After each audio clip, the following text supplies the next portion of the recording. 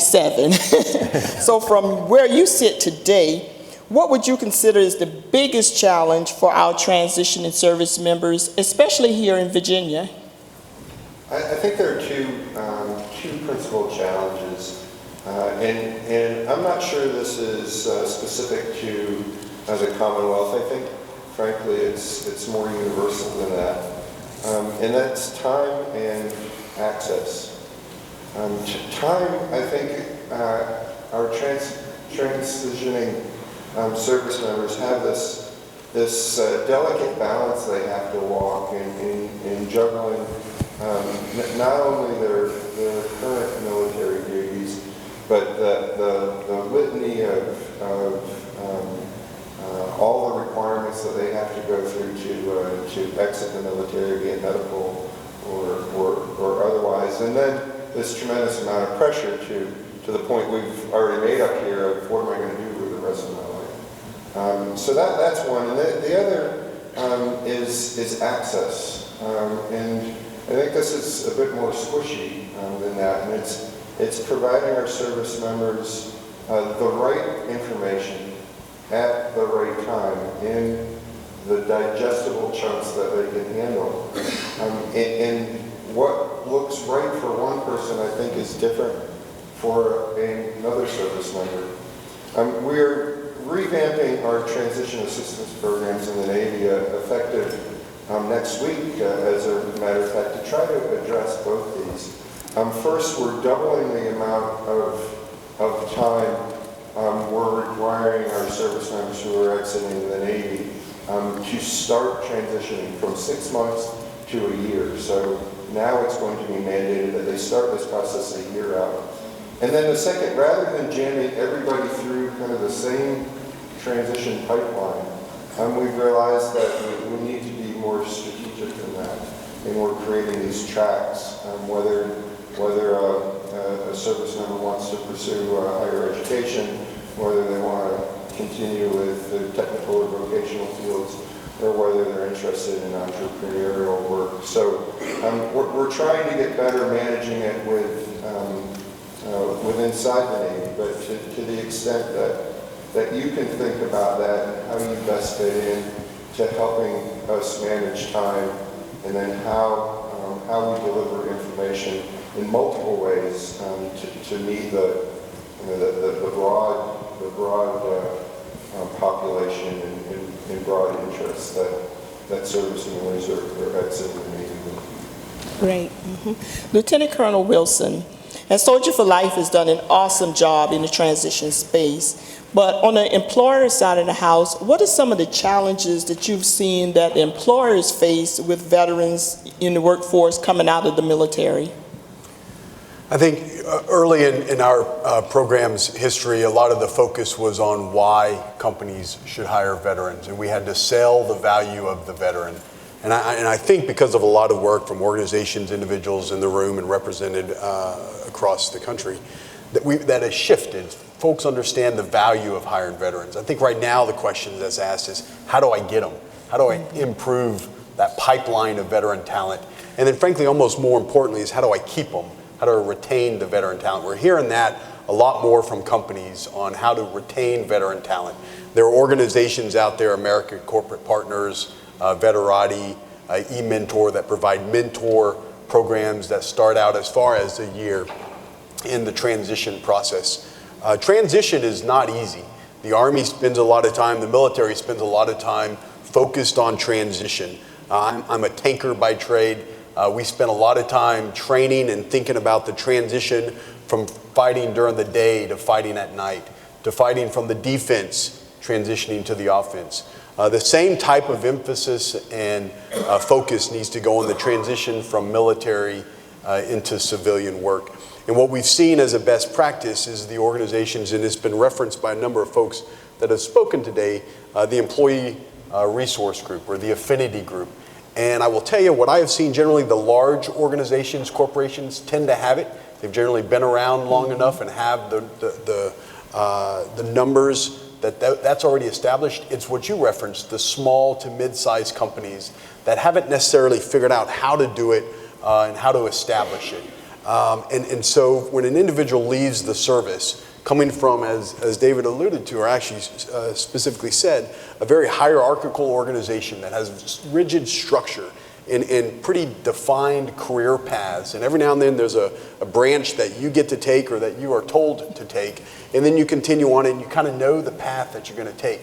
And then you step into the civilian world, and that's not always well laid out. And so those resource groups can help establish kind of a network of support of folks who have done that already and have experienced some of the challenges and identified the opportunities that can share that with those new employees. So I think the challenge is retention of talent, and I think there's a lot of effort out there to help improve that.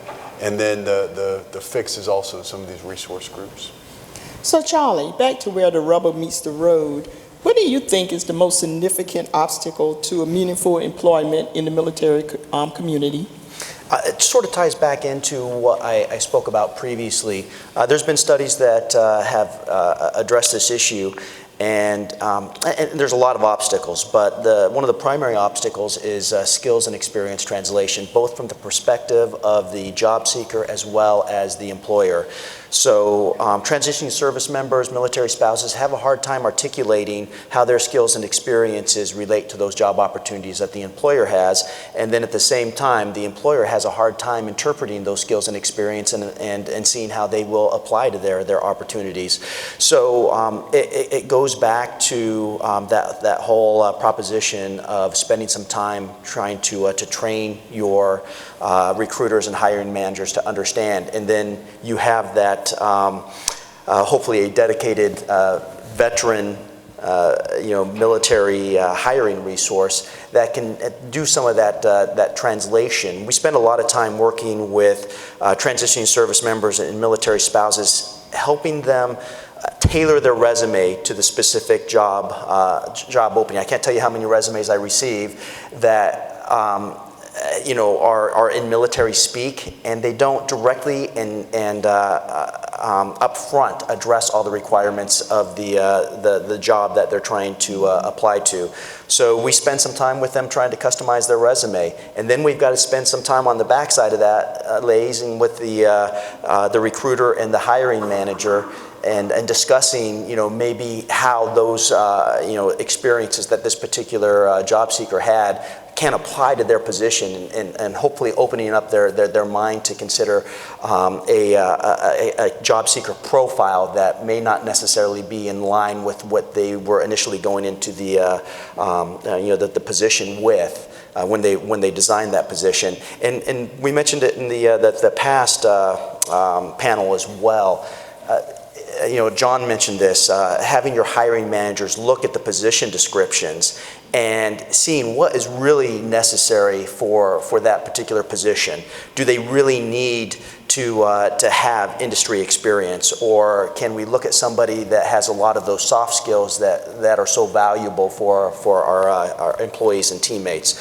So taking a look and making those job descriptions military friendly, again going back to the training, utilizing some of those off-the-shelf resources like Psych Armor for your recruiters and hiring managers. We're working on developing a military hiring guide for recruiters and our hiring managers that discuss some of the same things that you can get from the Psych Armor courses, but it's a hiring manual for hiring managers for military employment. Great. Darius, I want to come back to you. I recently met with Marie Tambry, and she's your community engagement director, and Tara Richards, and I think she's your community affairs director. And they both mentioned that Dominion Energy has several employee resource groups, and I was really amazed. I think it was 7 or 8. Yep. So how does Dominion Energy provide an atmosphere of ongoing support for veterans once they become employees? That's a great question. And so at the end of the day, I think it starts with giving them a voice. And to give them a voice, you have to listen. And so we've had, in the last year, we had a forum where we had veterans on the stage, and they were being asked questions about their experience leading up to their employment with Dominion Energy and subsequent to being employed with Dominion Energy, and talked about victories and challenges. and I know at least one of the panelists is in the room, Siapa, I see Siapa over there. And it was a tremendously impactful experience for me just to hear from their own words what the experience is. And I think for the employees who were civilians who attended, and many veterans were in attendance, it was a great way to just to understand what they go through. And so that was number one. Number two, to your point, our Veterans Resource Group is a tremendous vehicle to make sure that we listen and have a forum for veterans to engage. And our Veterans Resource Group, it's important to note that you don't have to be a veteran to be part of that group. And maybe that's obvious, but maybe not. You can be like me, an advocate. And I think it's maybe even more impactful for those individuals to be able to have access to veterans to understand directly from them what their experience is. But from the standpoint of those who are veterans who are part of that group, I think what they also get is an opportunity to have a safe place to foster their culture, the culture of having been a veteran, which also informs the programming that that particular VRG or employee resource group actually has. And when I say that, I mean we have the opportunity for them to have professional development, and those professional development programs are absolutely their own creation.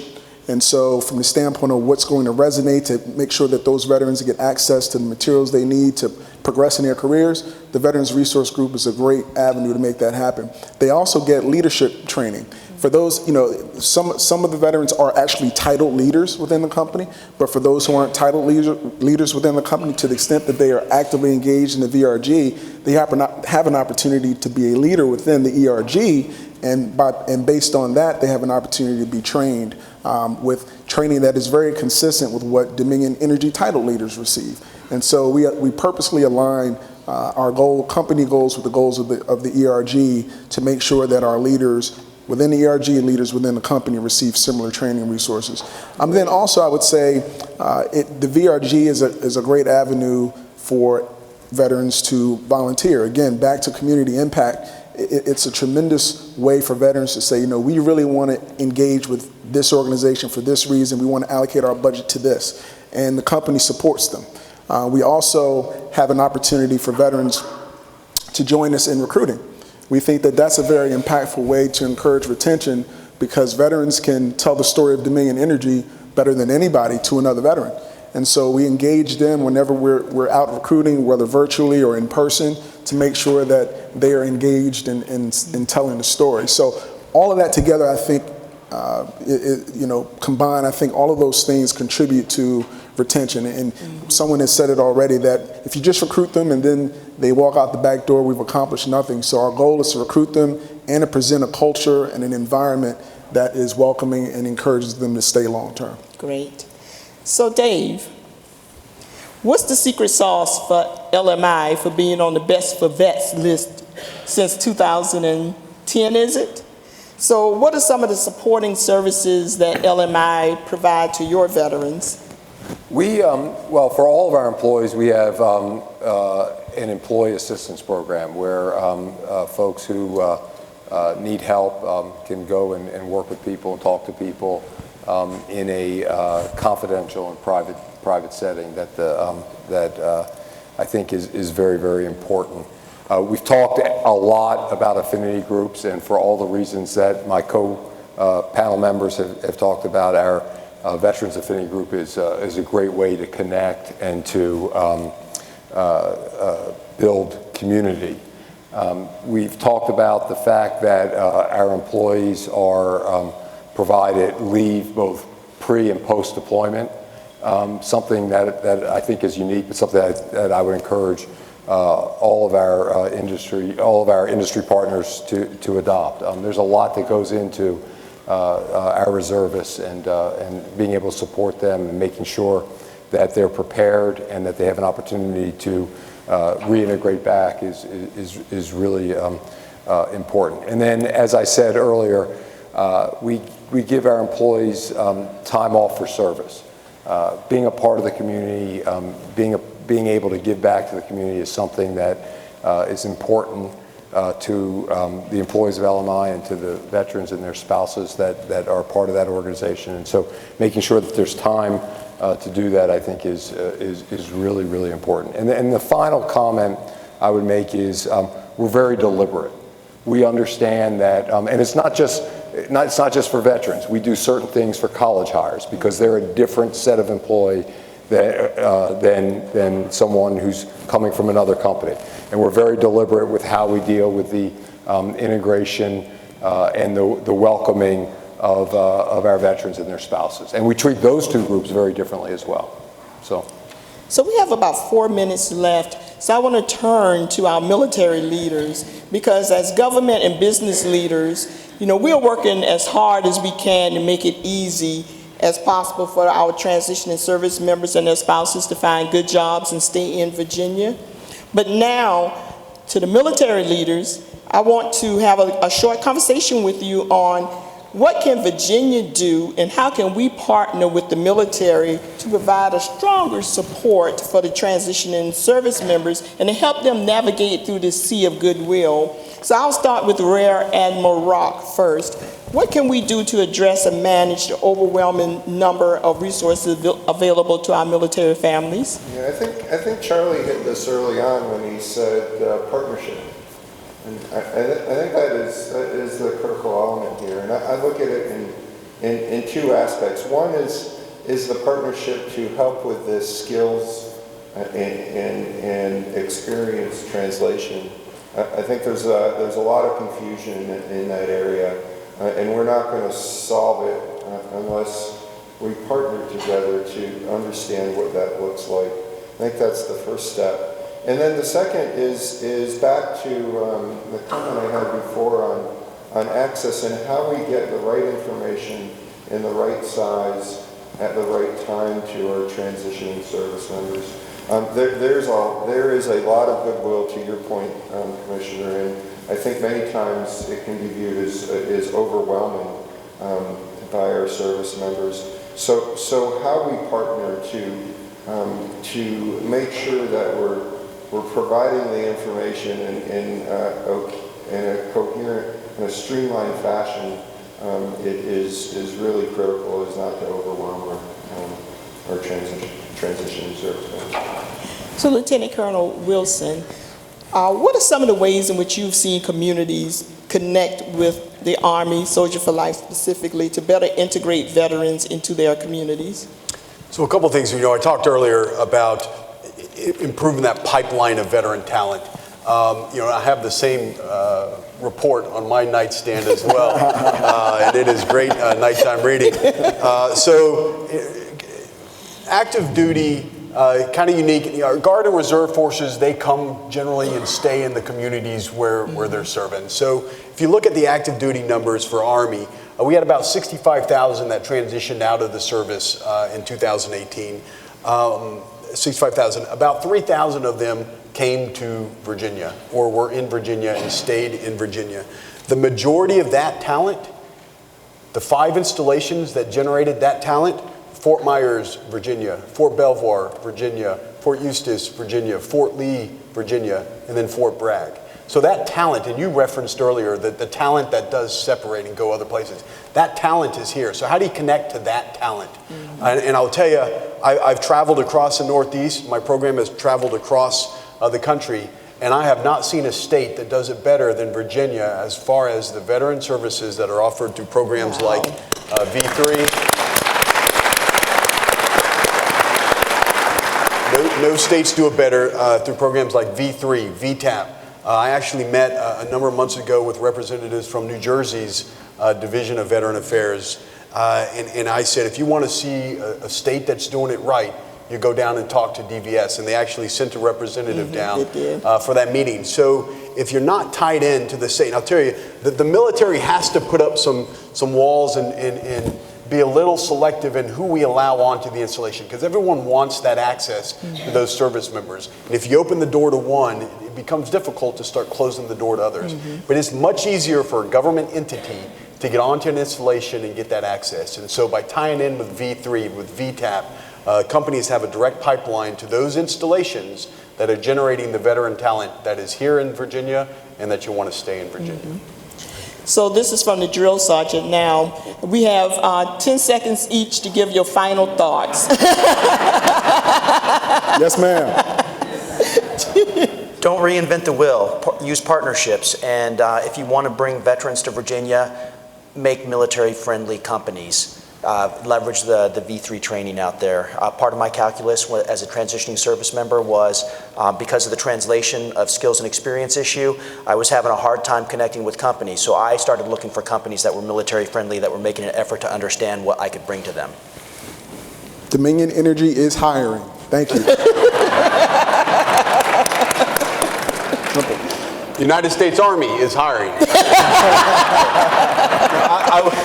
I would say you have great resources in the state. You have great resources with the Chamber of Commerce. I didn't get to, but the Army has some formal programs, Partnership for Youth Success and career skill programs. There's a wealth of resources. Tap into as much as you can and take advantage of them. There are recruiters in the back ready to bring you on board. To the other business leaders out there, not only is it the right thing to do to hire vets and spouses, but it makes great business sense. I know they had to put Dave between the Army and the guy. And at the risk of going over my 10 seconds, this past weekend, the Navy had the opportunity to host an air show at Naval Air Station Oceana in Virginia Beach, which featured the United States Air Force Thunderbirds. And there was a story that was conveyed to me on Monday where a vendor selling Thunderbird t-shirts was commenting and said, I'm really shocked I'm selling so many shirts. I thought this was a blue and gold town. And somebody buying a shirt said, no, this is a red, white, and blue town.